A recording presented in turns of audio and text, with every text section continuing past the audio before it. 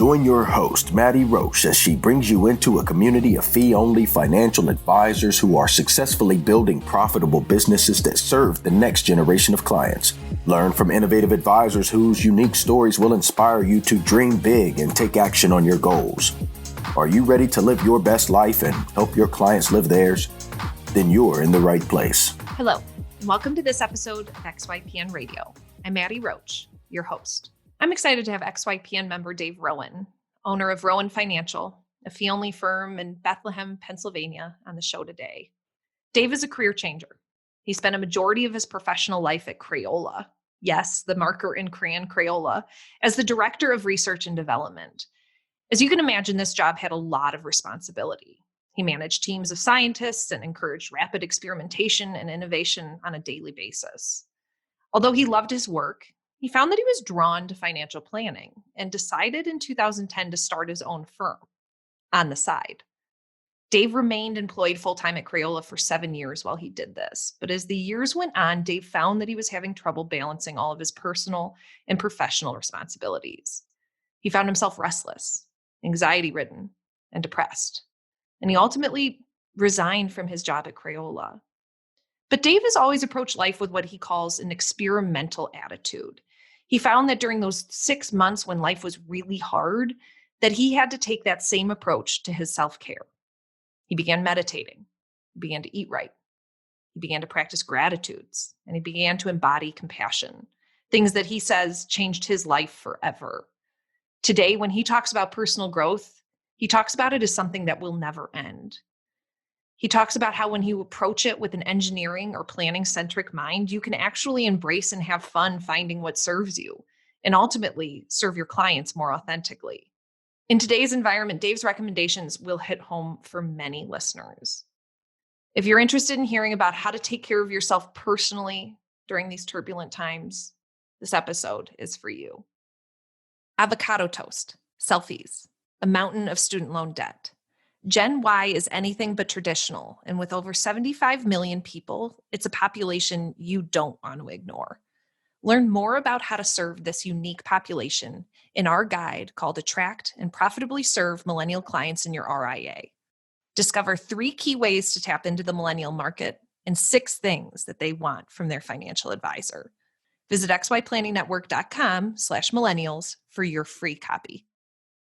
You can find any of the resources we mentioned during this episode at xyplanningnetwork.com/259. Also, be sure to go to xyplanningnetwork.com/VIP to join our private group just for XYPN radio listeners. It's the community of advisors we've all been looking for. It's there to provide support when we need it the most. Best of all, it's free. I encourage you to check it out. Again, that's xyplanningnetwork.com/VIP. Without further ado, here's my interview with Dave. Hey, Dave. Welcome to XYPN Radio. How are you? Great, Maddie. How are you today? I'm doing well. Thank you so much for taking the time to record this podcast. I'm so pumped to talk to you about kind of your theory, your philosophy, your business, and how this world is treating you as we go through this shared experience of ours. So, Dave, why don't you go ahead and do the honors, introduce the listeners to who you are, what you built.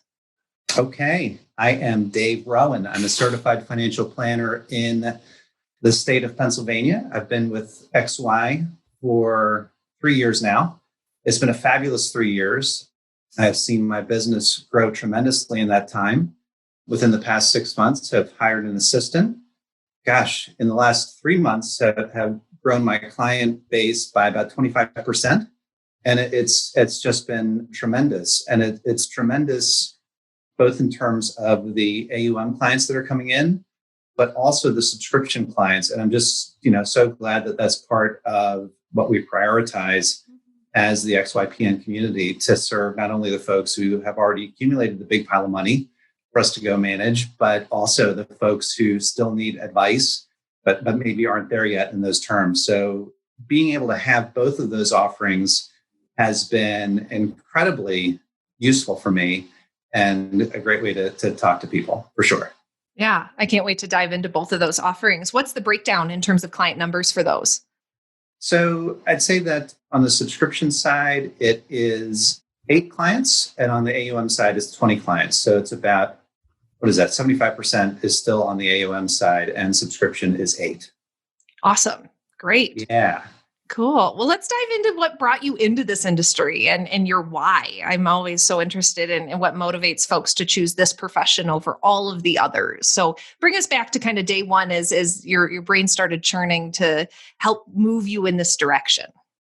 Wow. So day one is probably now about 15 years ago. Okay. And I was a corporate employee, totally unrelated industry. I was the director of research and development at Crayola. So cool. I had so much fun in that job. Came through as chemical engineer, purely technical in my role to start, and then started managing people. Got to train a bunch of folks and serve in all kinds of roles and develop wonderful creative art products and toys for children to use. And so just watching kids use product and see how it engages them, how it engages their creativity, how it engages parents was wonderful in that respect. The piece that wasn't wonderful, it's a corporate job. Yes.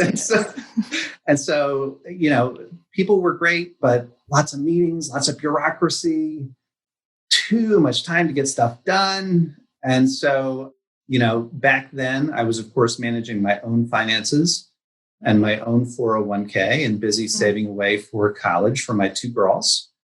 I didn't really realize I was doing it at the time, but I hand created a retirement plan for my dad in Excel. Wow. Because he was trying to figure out when he could leave his corporate job. And, the light bulb really flickered on for me of, hey, at the very least, you should learn more about this because you can see the benefit that it gave dad. You can see what this is doing for your family. So why don't you go off and start learning about this? And so decided to go take the CFP, did that really without a business, just did it. Found the best man at my wedding's aunt, who was a CFP, sponsor me. Yes. So, yeah. And so, right, you got to use your network. Mm-hmm. And so I went ahead and did an unpaid internship with her. And so it was a benefit for her, benefit for me. And that was wonderful that she, paid it forward and helped me get started in the industry.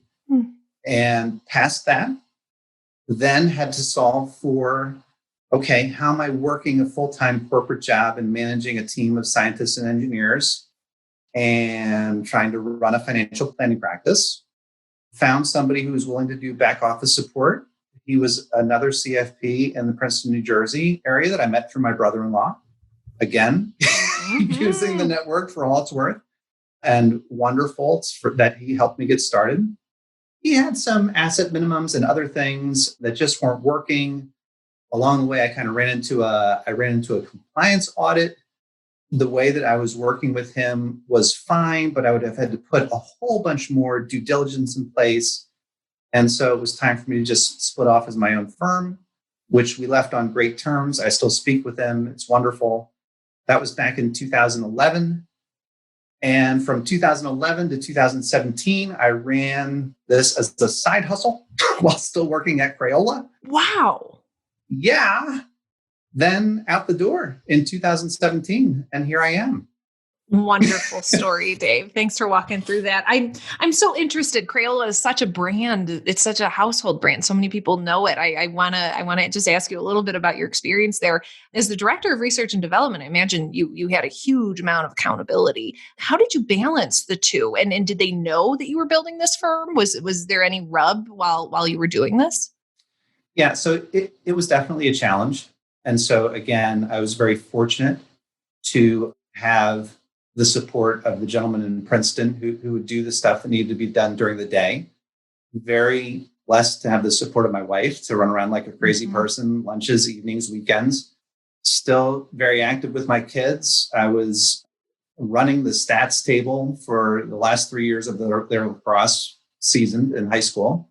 So I was at every game, home or away, didn't matter. At all of their cross-country meets, at all of their academic stuff. So still able to do all of that as well. And so you asked if there was a rub. Sometimes, yes. Mm-hmm. And so I did eventually get to the point where I was more open with people and let them know that I had this going on. it became increasingly difficult to juggle the scheduling.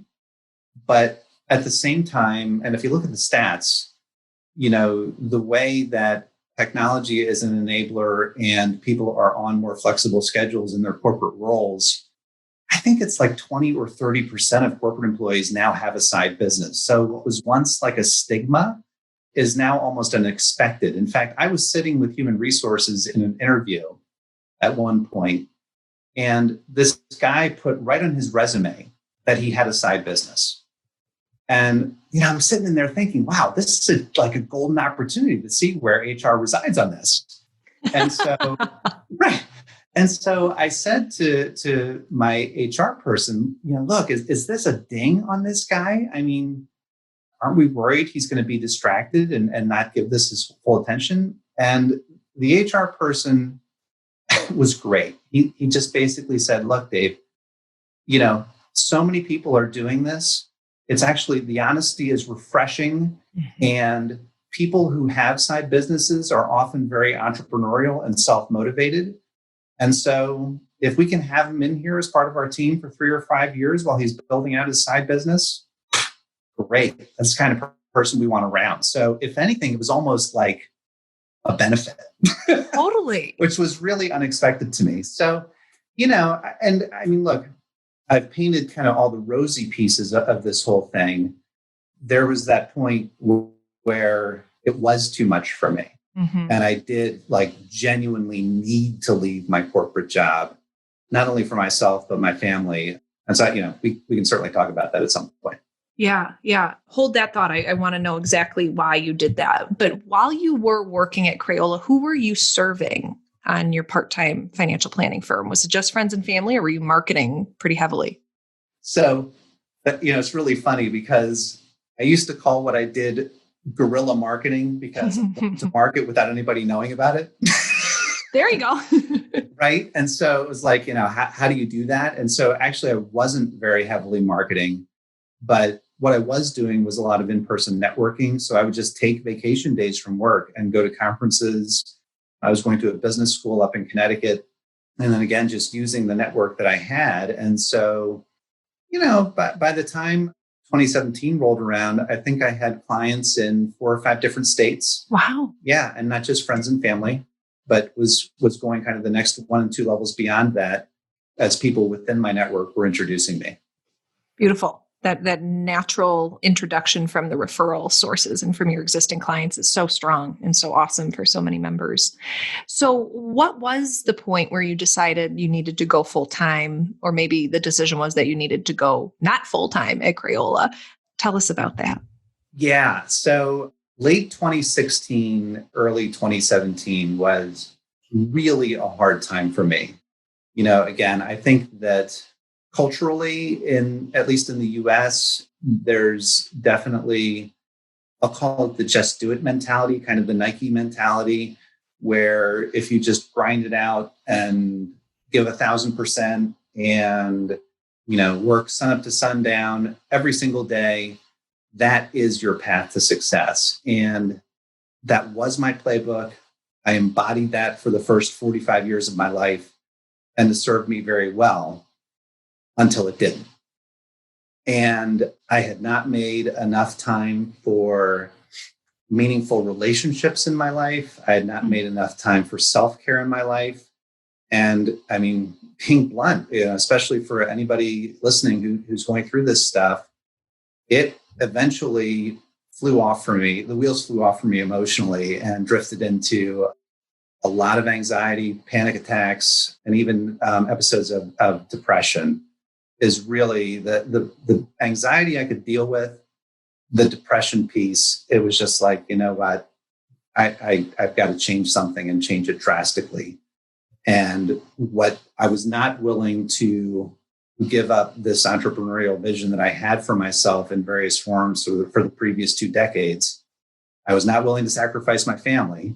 And so I was not willing to sacrifice myself. So there was one other biggie in the boat that had to go over the side. And as much as I love the crayons and markers, Crayola had to go.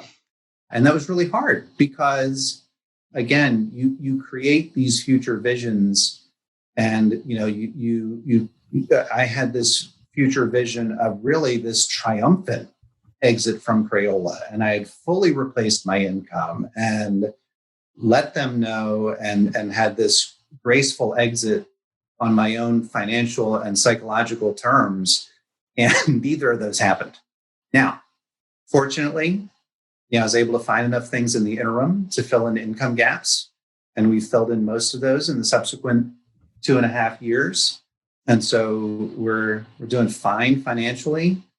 And what it's done for me is made space for me to do the personal work and the personal development work and embed a lot of important daily practices into my life that have really been difference makers for me.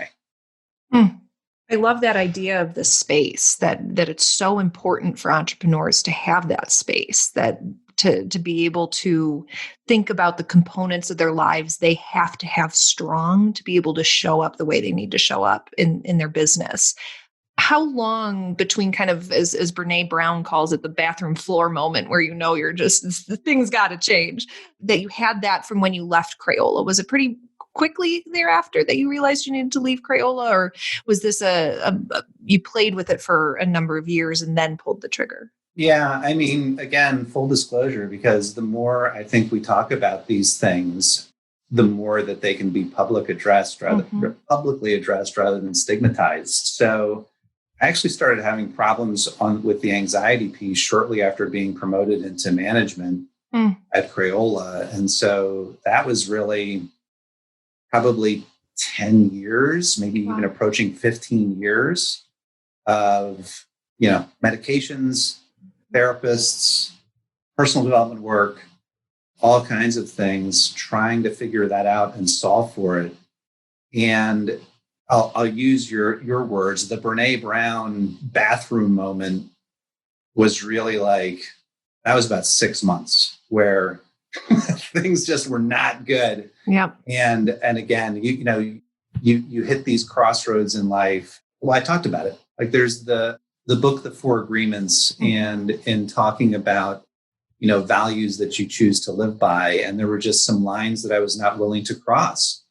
And so, again, extremely difficult decision, but one that needed to be made and was made within a 6-month span. Now it's 8-month span. Yeah. Thanks for bringing this up, Dave, and talking to us about it. I would love to hear more about that. What were some of the lines that you didn't want to cross? So I was definitely not willing to sacrifice my relationship with my family to create that space. So being available as a husband for my wife, being available to my children as they were maturing and needing a dad to be part of their lives and help them, being there for my parents and my sister and extended family. So definitely not willing to sacrifice those things.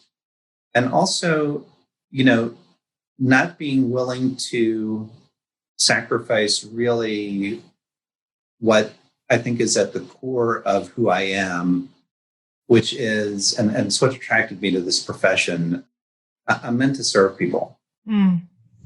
And so if I was such a mess myself, I've actually, at the time that we're all going through, it's been really wonderful to see some of the pieces that have been written on compassion and showing compassion to others.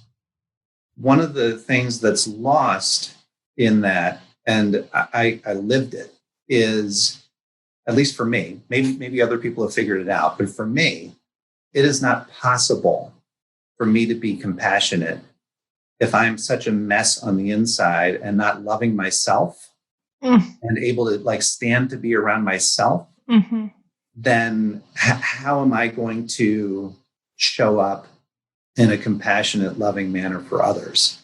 So, that's a line I'm not willing to cross. If I cannot serve my family, my community, my clients in some way, no matter how small. I mean, look, while I was trying to figure things out for myself as I was messily exiting Crayola, once I had given notice there, and the financial planning practice was not occupying nearly a full-time day, because obviously it couldn't. If I was working this big job at Crayola, I still needed a reason to get up in the morning.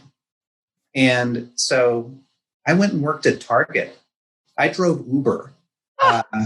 I worked in a friend's business doing direct marketing for her, to her customers. And, these jobs were not nearly as glamorous, but, I still got to help people in every single one of them.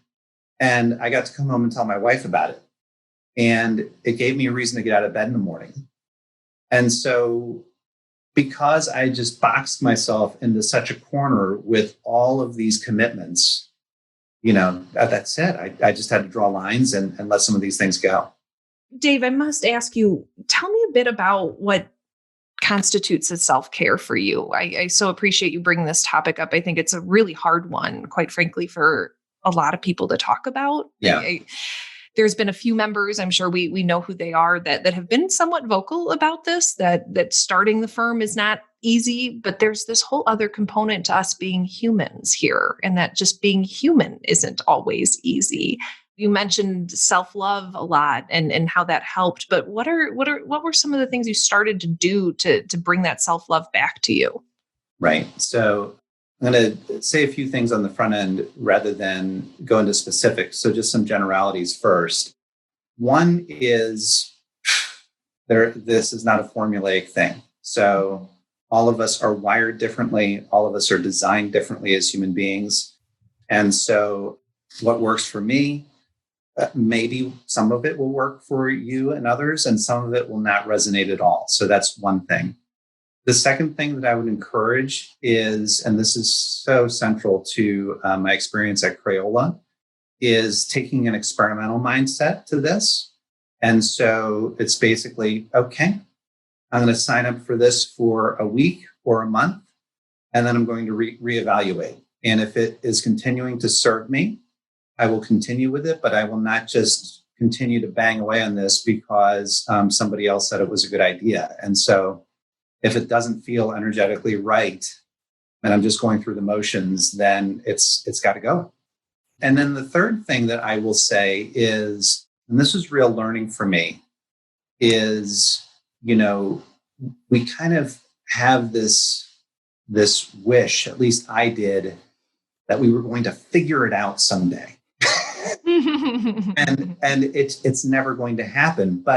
And so, things that work in a certain season of your life, say your 20s or your 30s, which served you exceptionally well, may cease to serve you in your 40s and 50s. So, and again, that can be things by age. It can be things based on the evolution of your firm. It can be things when you're working as a corporate employee in the finance industry versus migrating to running your own firm.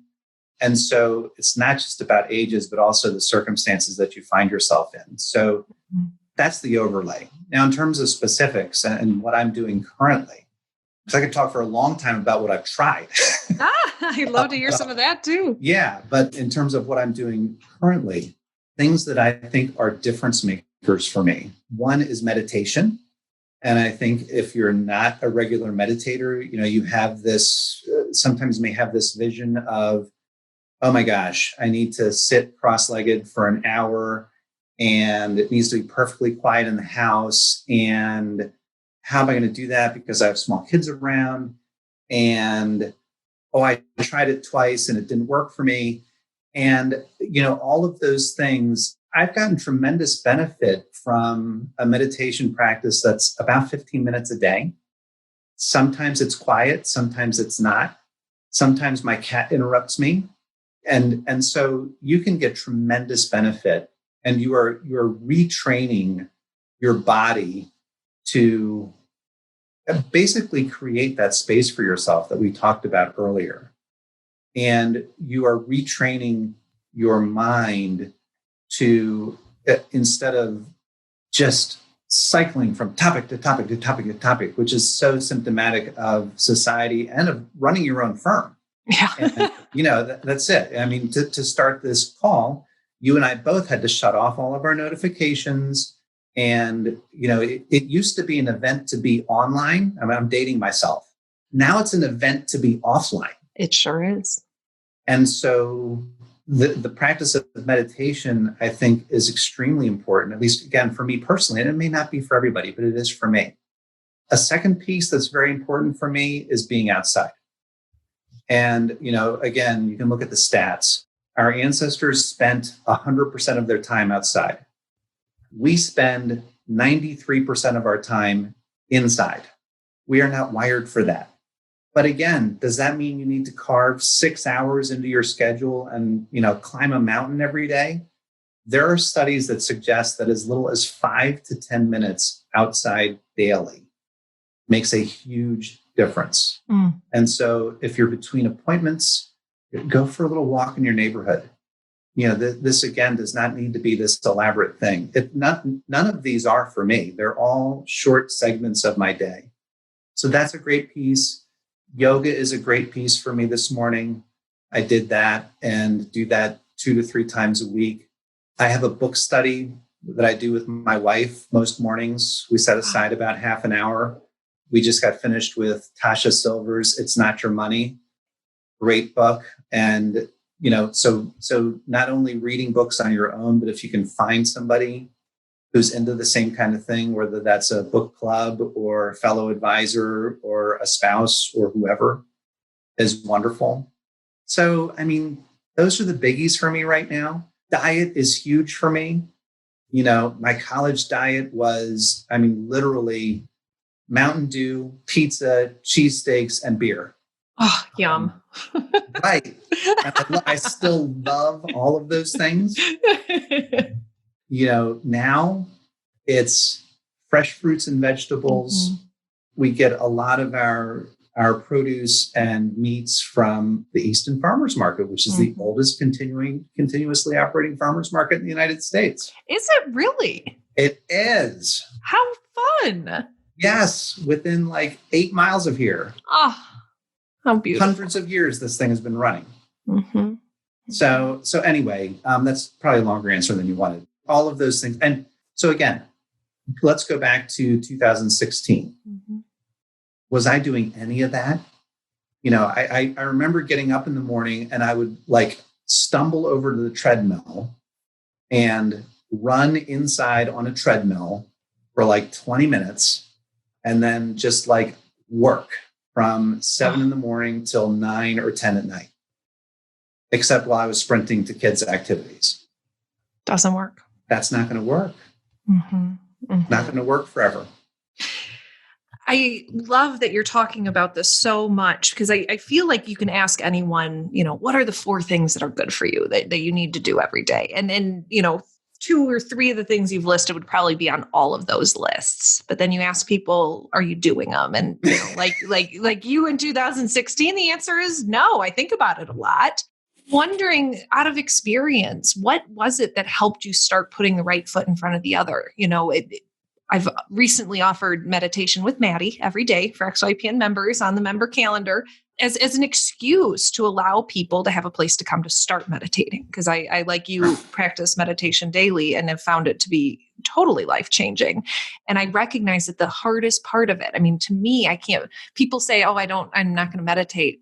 And I'm like, how? Why would you ever not meditate? It's only 10 minutes. But I'm wondering what pushed you over the edge? How do you source that energy to finally say, I'm going to try? And as you say, an experimental mindset. How do we get an experimental mindset? Because how hard it is to find it.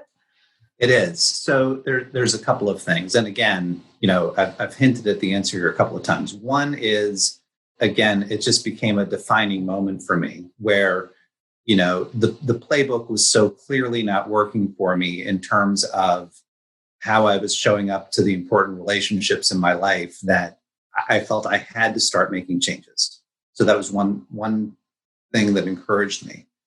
But, the second that I think, talking very specifically about making space and making time is, and it's interesting as people in the financial profession, because we can see this in our clients in terms of the beliefs and the script that's going on in their mind in terms of money.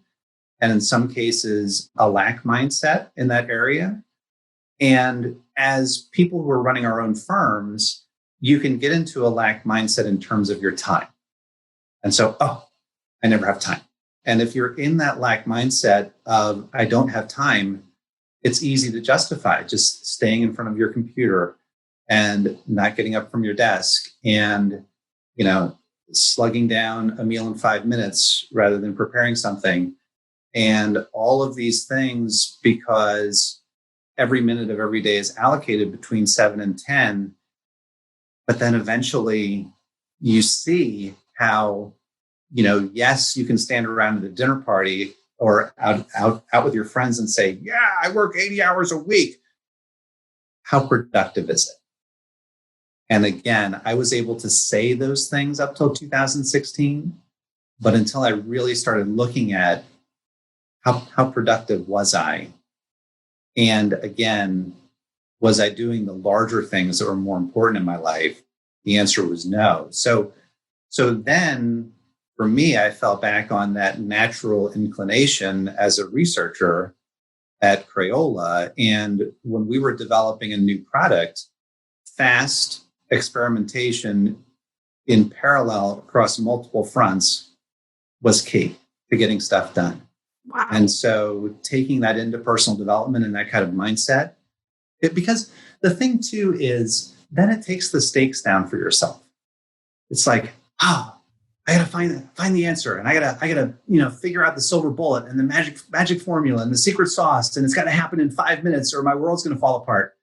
No, I mean, and I forget the exact number, but like Thomas Edison in inventing the light bulb, one of the biggest challenges was finding the material to make the filament out of. And it took him 1,800 different materials or something like that to find a material that would function reasonably as a filament in a light bulb. And somebody asked him, at one point, gosh, isn't it horrible like that you have to deal with all of this failure in your life? This experiment after experiment after experiment. And he was like, no, I've actually never failed. I just found another way that didn't work. And it got me that much closer to the solution. And so taking that mindset with personal growth and development, it takes the stakes down for yourself. Having an abundance mindset in your life in terms of your money, your time, and other things is key. So that's how. I totally agree. And I appreciate this kind of conversation that you had of tying this into the advice that you give your clients and how their money scripts impact them, that, all of you are in the advice business, and it would be a shame to not be taking the advice of other folks like you who've really gone down this path of personal development and self-care to try some of this. And I think that trying is what is so hard for so many people. But as you've alluded to, there's almost this inherent responsibility that you've got to show up to the people that you're serving, got to show up to the people that are serving you, i.e. your family. But to be able to really take this experimental approach and say, I owe this to the work I'm doing to see if there's a better me to show up. We're all at different points in our growth, of course, but we can't imagine that the same person we were when we were 20 is who we want to be when we're 50. Gosh, definitely not. I'd still be eating pizza. And, I still eat pizza, but, we'd all be back in our college days. How do you feel like this has changed your relationship with your clients or the way that you serve them? Did you really feel a difference? Yes, a huge difference. Because again, approaching client relationships from a place of compassion, approaching client relationships with an abundance of time mindset. So I'm not always trying to hustle them through a call because we only have 30 minutes and I've got an agenda and we've got to cover every point, or I can't update their plan. And, if they need to talk about something going on with one of their kids that has nothing to do with financial planning, and that is the best way I can serve them for that half hour or hour, I'm going to do it. So it has I think that the single biggest thing is it has deepened my relationships with my clients. It has increased my rate of referrals from my clients. And really, then at the end of the day, ironically, before I was so task focused and on point and checking all the boxes and ripping through the processes, I'm actually giving them better advice now because these deeper conversations are uncovering planning needs that I never would have gotten to were I taking my old approach to things. So for sure, it's changed it tremendously. Wow, that's awesome. That's awesome. Awesome. Do you incorporate any of this explicitly in the conversations that you have with your clients? No, it evolves there. And I know that there are some people that do explicitly position themselves this way. And maybe I'll get to that point. I don't know. But, the way that I am most effective is meeting people where they are. And so, I still have clients who it's very transactional, and that's okay because that's the role that they need from me. Mm-hmm. And so they want a performance report. They want to make sure we're managing taxes. They want to make sure that their estate planning documents are in order, that they're not paying too much for insurance, and all of the blocking and tackling that goes on in our profession that is critical. And I'm happy to serve that role for those people. But boy, if you open the door for me for some of these conversations mm-hmm. to really get at your motivations behind money, the intentions that you want to set for yourself on a daily basis, the impact that you want to make in your community, why you want to start a small business and who you want to serve there, and then the role that money and personal finance can play in achieving those things, we're going to have a good time talking about mm-hmm. that for sure. Mm-hmm. Oh, I love that. And sometimes it takes folks like you to awaken other people, and I think going back to one of the first tenets that you explained, which is that what's right for you isn't right for everyone, I think is a really important, fact here that all of us are on our own journey of evolution. And some of us may never wake up, other people will, and create space that allows us to continue to feel into these different parts and components. One other point there, within the last month, I actually had a client say to me, this is weird because you're treating me like I'm a whole person. Wow. What did he mean by that? She, right in my client implementation checklist, I will add categories as they come up in conversation. So again, I find just issuing the whole thing right out of the gate is overwhelming. And so again, the standard ones will always be there. So estate planning, investments, insurance, or risk management, all of those standard ones are there. But then sometimes things like community, relationships, creativity, other things will start to appear in that list. And so as these things started populating onto her list, and she realized that, sure, I'm open to talk about those things, that was when she made the comment. Wow.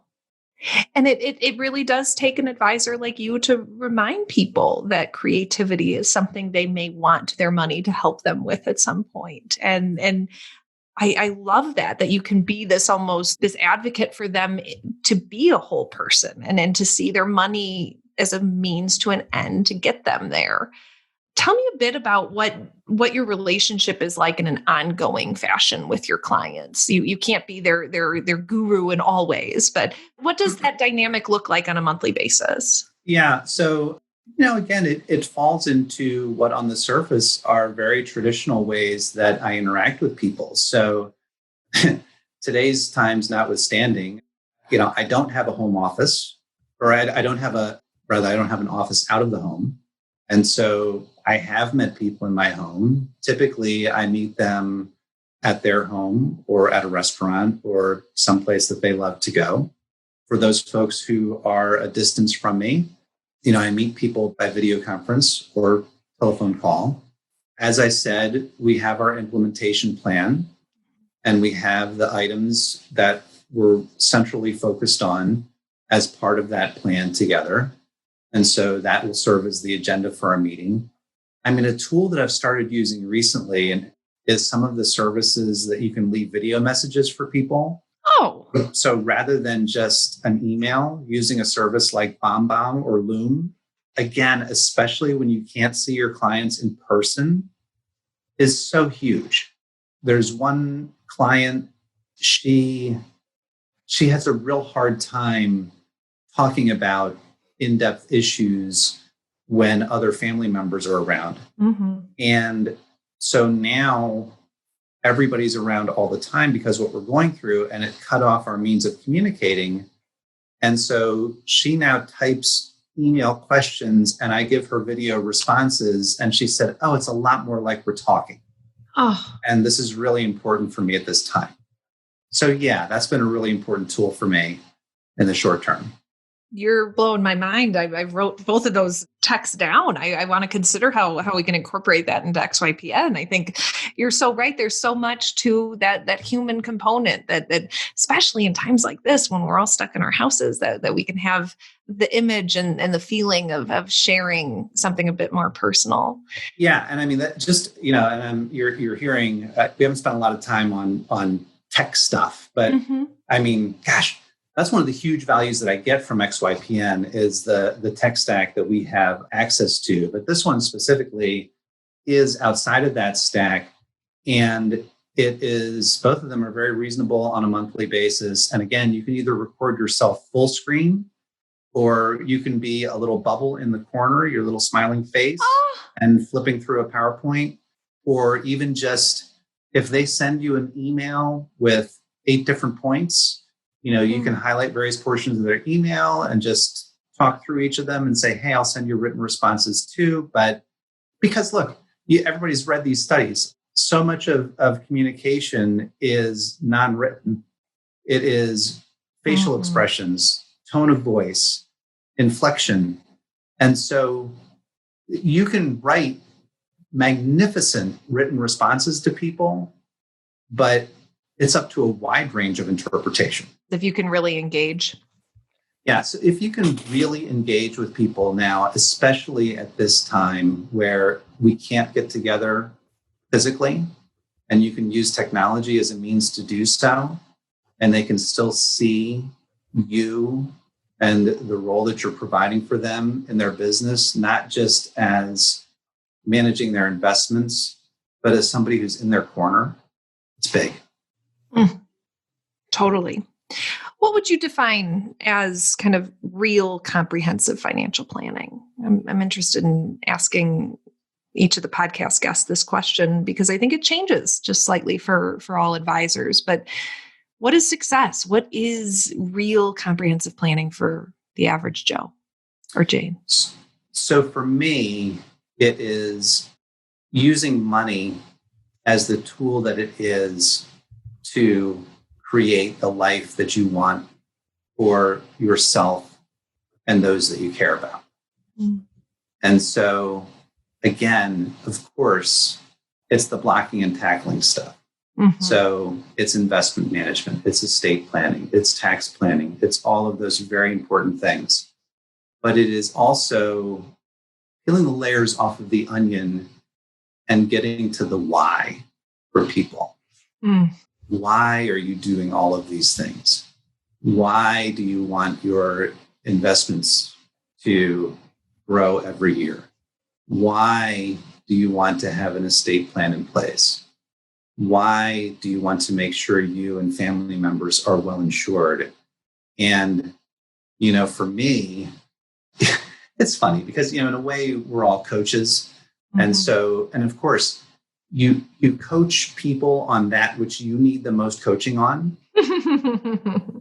And so I recognize that. And again, up through my 40s, I was really adrift in terms of living my life intentionally.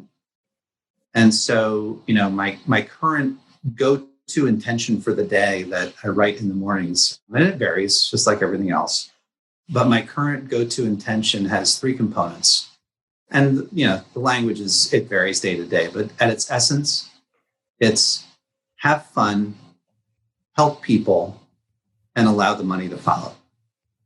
And that order is very important for me because it goes back to that notion of you cannot be compassionate until you're loving yourself. And if I'm enjoying what I'm doing, I'm loving myself. And so starting there, following it with service, and not worrying about the money centrally and initially, that's what's working for me right now. And so if I can help people uncover the why behind all of these money decisions, that's comprehensive financial planning to me. Beautiful.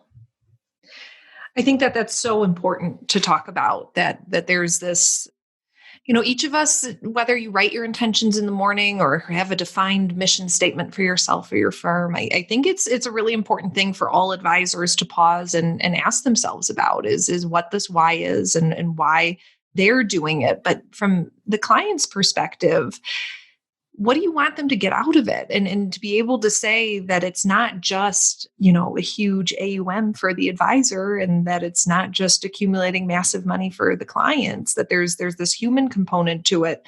The sooner I think the whole world can heal. But I love this intention, and maybe it's a good activity for all members to do, is to really write what the vision statement is, what the mission statement is of the work that you do. Why do you get up in the morning to serve the people you serve? Because I think, as you've talked about through your career, you found yourself at these different inflection points where, what you were doing wasn't serving you.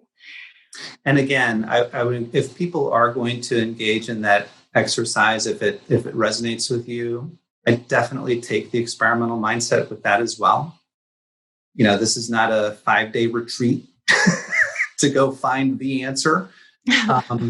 This is, something to spend some time thinking about. Try it on for a week, try it on for a month. Mm-hmm. If it still feels good, keep it on. If it doesn't feel good, try something else. Yeah. Pivot. Yeah.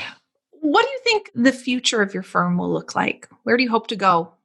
Yeah. So, among the hundreds of cool things that I got to do while I was at Crayola, one of the things that I did was found the co-op program with Drexel University. And so my department alone had the good fortune of having anywhere from 2 to 4 co-ops working with us at any one time, and teaching and mentoring younger engineers and scientists was really a great experience for me. So I absolutely, it is just me and a part-time virtual assistant right now. Mm-hmm. But I do see moving out of being a solo practitioner and teaching others to provide this kind of service to their clients. And so I absolutely see my firm migrating that way. I will, in all likelihood, resist having a fixed office for people to show up at for a long time.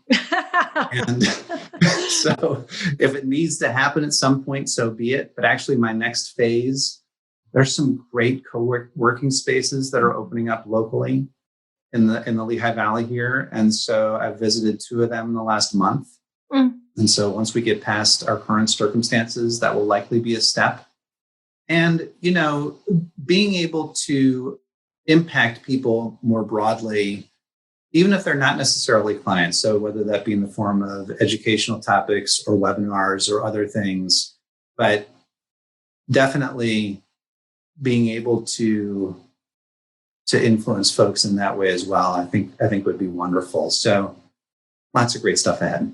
Oh, so much to look forward to. What recommendations or advice, as we round out this interview, do you have for maybe a fellow research and development director at Crayola that is thinking about getting into the financial planning game? What advice do you have for a career switcher, for someone who is as motivated as you are to really find that inner pull to what our heart wants us to be doing? What recommendation or piece of advice do you have? So we've touched on some of them. Again, at the risk of saying it 3 or 4 times now, try stuff. Yeah. That, again, it helps you take the stakes down for yourself if you're in this experimental mode, rather than trying to hurry up and find the answer in 10 days or a week or a month. And when you can try things quickly and inexpensively and learn is huge. The second piece is learning. I am and will always be a lifelong learner. And so if you're not interested in something that you're learning, keep looking, you'll find it. So I would absolutely recommend that. A third piece that we touched on is start talking to people about what you want to do.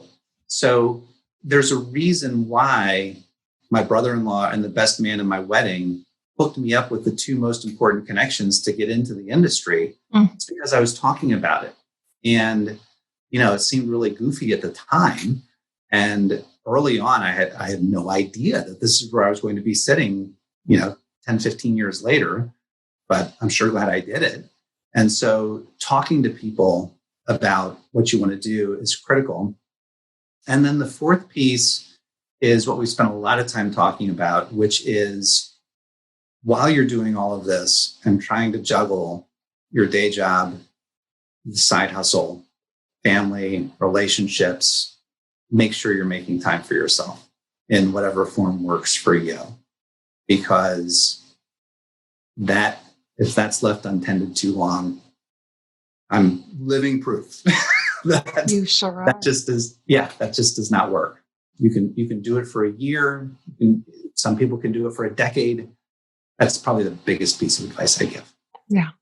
Really fabulous advice, Dave. I can't thank you enough for impacting the XYPN team. You were recommended to be on this podcast because of the nature of the conversation you had with your member experience specialist. Sarah was so humbled by your insight and your creativity and your approach to things that I'm so thankful to have you up on the podcast and have you share some of this. Well, and it's been a pleasure, because one of the things that I would also recommend is when you start to use your close-in network, the next phase of that is to define your larger network. And there's a reason why network is in the XY Planning Network's name. Sure is. And being able to talk to the 1,000 other advisors that are in the discussion boards, I love that. Being able to talk to the 5 other advisors that are in my XYPN study group is invaluable. And so I would encourage you, especially as you're embarking on going it alone in your business, find that network. And for me, it was family and also XYPN. Thanks for saying that. And I feel like just this year, 2020, for some reason, I've been thinking about that term network more than I ever have. I've really looked at the definition and really started to put some ideas around it about, 6 years into this XYPN thing, what network really means to us. And I think you're such a shining example of what a network can get you and what you can get when you lean into the network. I'm so thankful you're part of our community, Dave. And I'm so excited for XYPN allies and friends and followers to learn a little bit from you and get motivated. Thank you so much, Dave. I appreciate your time. You're welcome, Maddie. Take care. Avocado toast, selfies, a mountain of student loan debt. Gen Y is anything but traditional, and with over 75 million people, it's a population you don't want to ignore. Learn more about how to serve this unique population in our guide called Attract and Profitably Serve Millennial Clients in Your RIA. Discover 3 key ways to tap into the millennial market and 6 things that they want from their financial advisor. Visit xyplanningnetwork.com/millennials for your free copy. Be sure to join our VIP community at xyplanningnetwork.com/VIP to hang out with other XYPN radio listeners, ask questions for future mailbag episodes, and finally, to find a community of like-minded financial advisors. Thank you so much for joining me today. We'll see you next time. You are not alone, and you are not crazy. It's scary starting, building, and growing your own financial planning firm, and that's why we put together a free private community just for you, the Cutting Edge Financial Planner. Go to xyplanningnetwork.com/VIP or text XYPN Radio to 33344 and join a network of thousands ready to change the lives of Gen X and Gen Y clients.